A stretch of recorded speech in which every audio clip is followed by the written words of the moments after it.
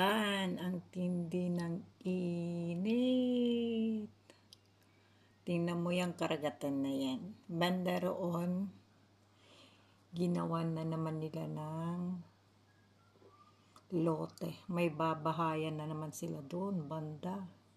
Ganon sila dito. Ang ilalim, tubig pala to. Ayan o. Pumunta ko rito, wala pa yan. Ngayon, ayan na, ang dami ng building. Ang dami ka na makikita ng mga puno-puno. Kunti lang pala ang green na dahon dito.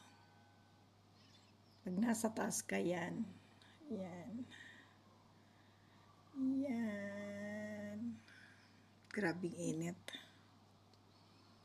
Buti na lang naka-aircon kami. Hindi ko nararamdaman ang init.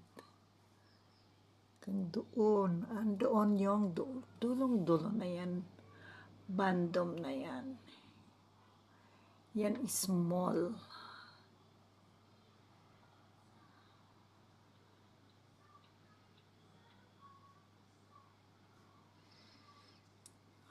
Okay.